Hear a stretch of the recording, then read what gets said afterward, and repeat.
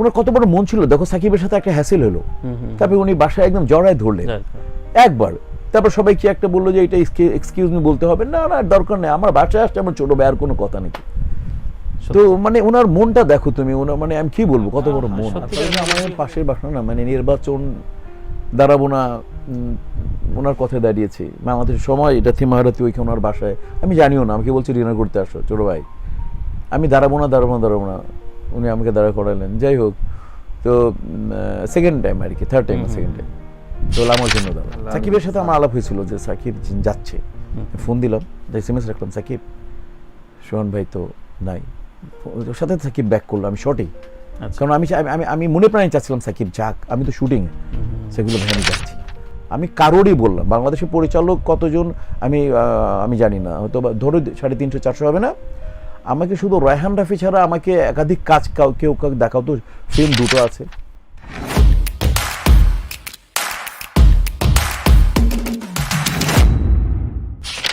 Colleague তো দুজনই, একজন নির্মাতা, একজন রেসপেক্টেবল, একজন লাভেবল।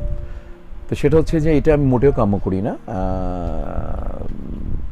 উনি যেমন ওনার জায়গায় ক্ষুরধার একজন নির্মাতা, তেমনি আমাদের প্রজন্মের, আমি বলতাম পূর্ণিমাতে, আমি বলেছিলাম যে আপনার প্রজন্মের বেস্ট অভিনেত্রীকে, আমি বলেছিলাম পূর্ণিমাতে, আমার লিমন সম্ভবত নিয়েছিল মনে হয়, সম্ভবত লিমনের ইন্টারভিউ ছিল, আমি বলেছিলাম পূর্ণিমা এবং পূর্ণিমা।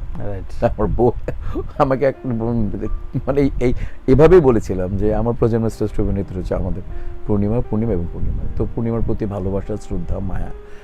বাট মানুষ যখন মরে যায় না ভাইয়া, তখন সে সবার ঊর্ধ্বে চলে যায়, মানে তখন আর মানুষকে নিয়ে আলোচনা করা, সমালোচনা করাটা, মানে এটা সাধারণ মানুষের জ্ঞান সমৃদ্ধ কোনো ব্যাপার না।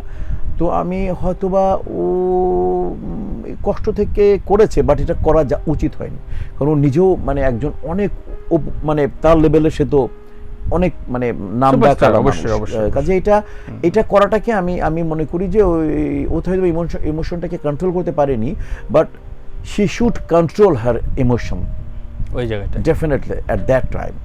কারণ ওই কি না বললে কিছু হতো না। আজকে শাবনূরকে নিয়ে আমি তোমাকে, আমাকে সবাই প্রশ্ন করেছে এটা মানে তার মানে এটা ওর বিপক্ষে গেছে, এটাও না করলেও পারতো। ওর মন তো ও কোনোদিন আলোচনা সমালোচনায় থাকে না, অভিনয় নিয়ে থাকে, ওরকে নিয়ে হ্যাঁ ঠিক আছে, তাকে সালমানকে নিয়ে পুলিশ তার সম্পর্কে কি বলেছে, এটা পুলিশের ব্যাপার, তার ব্যাপার, এটা তো আমাদের ব্যাপার না। যদি এই ব্যাপারটাকে যদি ব্যাখ্যা করে বলে থাকে ভাইয়া, মানে আমাদের প্রয়াত সোহান ভাইয়া, তো একজন ফিল্ম পরিবার হিসেবে এই কথাটা শাবনূর না বলাটাই উচিত ছিল, এবং আমাদের কারোরই বলা উচিত না যে মরে যাবে সে উপরে চলে গেল।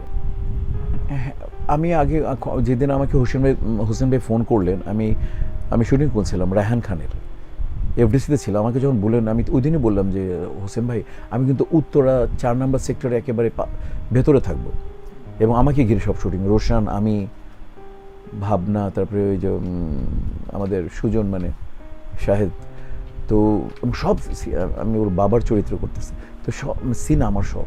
আচ্ছা, তো আমি আগে বলেছিলাম যে ভাইয়া মিডিয়ার ছবি আপনি বোঝেনই তো ভাইয়া, তো এটাই এফডিসি বেস না, তো আমি চেষ্টা করব, আমার ডেটেই ওই শুটিং নেওয়া হয়েছে।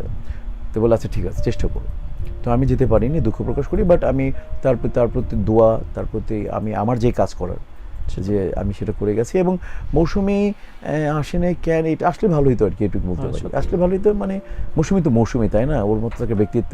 সালমানের সাথে মৌসুমি, কারণ সালমানের সাথে আর একটু হ্যাসেল হয়েছিল, কিন্তু মৌসুমির সাথে আমাকে প্রশ্ন করা উচিত, মানে আমার মনে কোনো কাজ ছিল। মৌসুমি তো অনেক বড় মনের একটা মানুষ, মৌসুমি কিন্তু মানে আমি তো খুব কাছ থেকে মিশেছি, মৌসুমি একটা দুঃখের কথা শুনলে না টলটল করে পানি পড়ে, যে কারোর কোনো মানে যে কোনো বিষয়ে, মানে ওকে মানে দুঃখের কথা বললেও অন্যের গল্প ওর চোখ দিয়ে টলটল করে পানি পড়ে।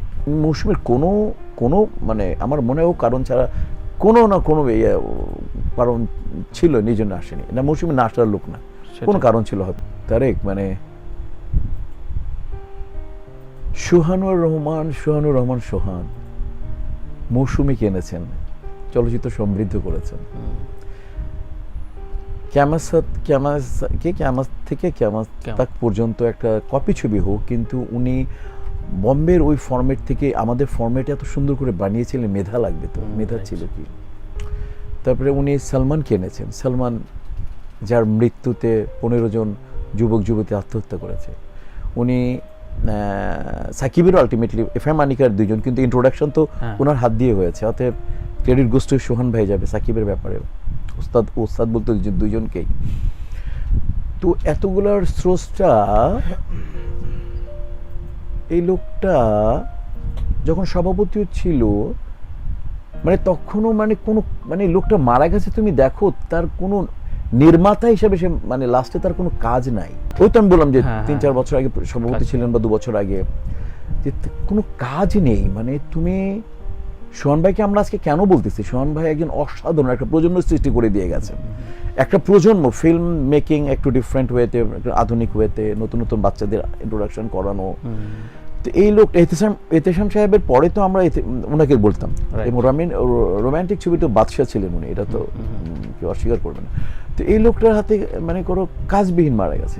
জিজ্ঞেস করতে চাই যে কার কাজ আছে, খালি বলো না। ওই রায়হান রাফি ছাড়া কার কাজ আছে? আমার দুইটার আরেকটা নাম বলো তো, রায়হান রাফি ছাড়া ফিল্ম নিয়ে বা ওটিটি একটা ওটিটি ফিল্ম নিয়ে বলি, রায়হান রাফি ছাড়া আর তো আমি কারোরই কাজ দেখি না। আমি কারোরই বললাম, বাংলাদেশের পরিচালক কতজন আমি জানি না, হয়তো ধরো 350-400 হবে না। আমাকে শুধু রায়হান রাফি ছাড়া আমাকে একাধিক কাজ কেউ দেখাও তো। ফিল্ম 2টো আছে, আমাকে 2টো ফিল্ম আছে নাকি রেগুলার কারোর কাজ। তা কাজে হচ্ছে যে আমি তোমারটাকে আর ইজি করে দিলাম। চক্রবর্তী, আমাদের একজন শিল্পী চক্রবর্তী, গদু দাদা, উনি কি রিলিজিয়াস কোনো ব্যাপার না, সবার আগে দৌড়াতেন উনি। শিল্পী চক্রবর্তী, গদু দাদা, মানে আমার মানে এক বাক্যে যাদের, শিল্পী চক্রবর্তী, গদু ভাইয়া আর এই সোহান ভাই।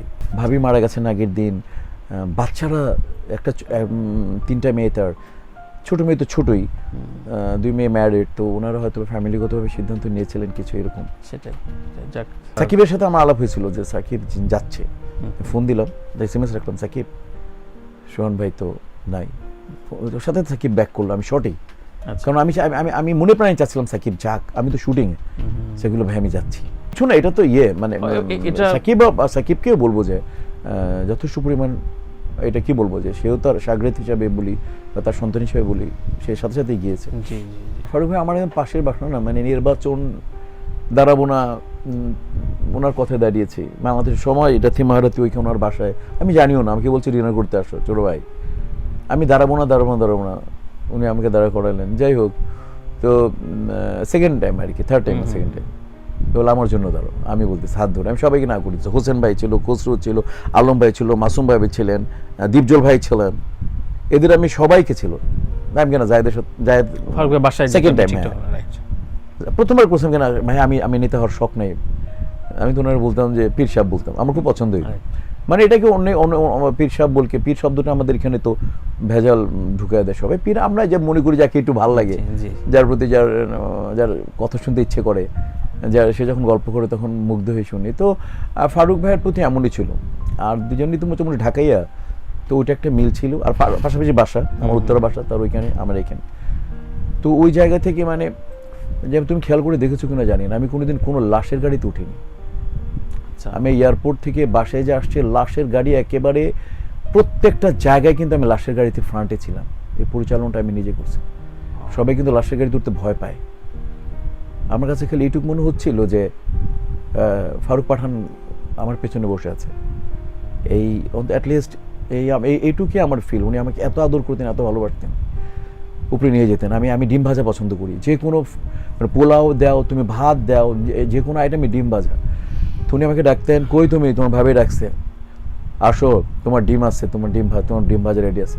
তো ঘি দিয়ে ডিম ভাজা আমি খুব পছন্দ করতাম। তো উনি আমাকে ডাকতেন। এবং কি যে আমি মাসুম বাবুল ভাই সবচেয়ে বেশি, মাসুম বাবুল ভাই আজকে নাই, তাকে আল্লাহ তার রু, যেখানে রুটা আল্লাহর বেহেশতের উত্তম জায়গায় রাখুক। এবং ওনাকে, মাসুম বাবুলকে উনি খুব পছন্দ করতেন। আর আমাকে জায়েদকেও যেত। ওনার কত বড় মন ছিল দেখো, সাকিবের সাথে একটা হ্যাসেল হলো, তারপরে উনি বাসায় একদম জড়ায় ধরলেন একবার। তারপর সবাই কি একটা বললো যে এটা এক্সকিউজ মি বলতে হবে না, দরকার নেই, আমার বাসায় আসছে আমার ছোট ভাই, আর কোনো কথা নেই।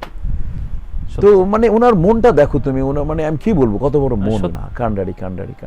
I will never forget the people. The first time মানে অনিল রাজ্জাক সাহেব, দেন আমি ফারুক, জীবন সংসার জীবন সংসার। তো আমি ববিতা আপু প্রেগনেন্ট থাকবে, তা আমি ইয়াং মেন ফিলের নাম করে ফেলছি, এই দুজনের এগেনস্টে দুজনকে বেঁধে রাখবো, আর ববিতা আপু প্রেগনেন্ট। তখন আমি ফারুক ভাইকে বলি, ফারুক ভাইকে তো দেখো না, ফারুক ভাই আবার আমরা সবাই দেখছি ফারুক ভাই যে নায়ক, উনি যে একটা নায়ক, তাই না, সুজন সুখী, সুন্দরী, লাঠিয়াল, মনে করো তার মানে উনি আমার আলাদা সক্রিয়তা, সীমার আলাদা, মানে আলাদা, ওনার সক্রিয়তা তো কারোর সাথে মিল নেই। কথা দিলাম সম্ভবত, মানে ওনার মানে কোনটা বলবো আর কি, মানে আলাদা, মানে আমার কাছে ওনার আলাদা সক্রিয়তা মনে হতো একটা ক্যারেক্টার নায়ককে। তো উনি আমার দেখলাম আমার প্রায় 1.5-2 পাতা ডায়ালগ। আমি বললাম যে ভাইয়া, ববিতা আপুকে বললাম, ববিতা আপু আমি কি এখানে মানে আমি কি অ্যালাউ করবেন, আমি আমার মতো করে অ্যাক্টিং করবো? তুমি আপনি করে সবাইকে বলতেন, হ্যাঁ বলেন, আপনি মন খুলে গেলেন, মন খুলে করেন। তো ফারুক ভাই সাথে সাথে বললো, আরে তুমি চালায়া যাও মিয়া, কাম কাজ ভালো মানে এরকম চালায়া যাও মিয়া, ছোট ভাই কাম ভালোই করো, তুমি মন খুলে করো, কোনো চিন্তা ভাবনা করবো না। মানে আমাকে ফার্স্ট দিলেন, এবং আমি ববিতাপুর পা ধরে, মানে প্রেগনেন্ট থেকে সহ ছিল যে তোর এই বাচ্চাটাকে আমি মানে মেরে ফেলবো, মানে তোর যদি না ডাকিস তোর দেবর, সম্ভবত সালমান বা শাকিল আসবে, এরকম আসবে, ফোন দে। তো এই যে উনি আমাকে যে অ্যালাউ করলেন, উনি, এবং ববিতাপুকে সাথে সাথে ববিতাপু কনভিন্স, হ্যাঁ আপনি ববিতাপু আপনি করে বলতেন, ওনারা তো একটা কার্টিসি মেনটেন করেন। এবং মানে এটা একটা বললাম, মানে ফারুক মনে করো, মানে ওরে নীল দরিয়া, উনি সুজন সখী মনে করো, লাঠিয়াল, মানে আমার এই লোক আমাকে বললেন মন খুলে করো ছোট ভাই, ভালো কাম করতেছে। আপনার একসাথে হলে বোধহয় ঢাকাইয়া ভাষায় একদম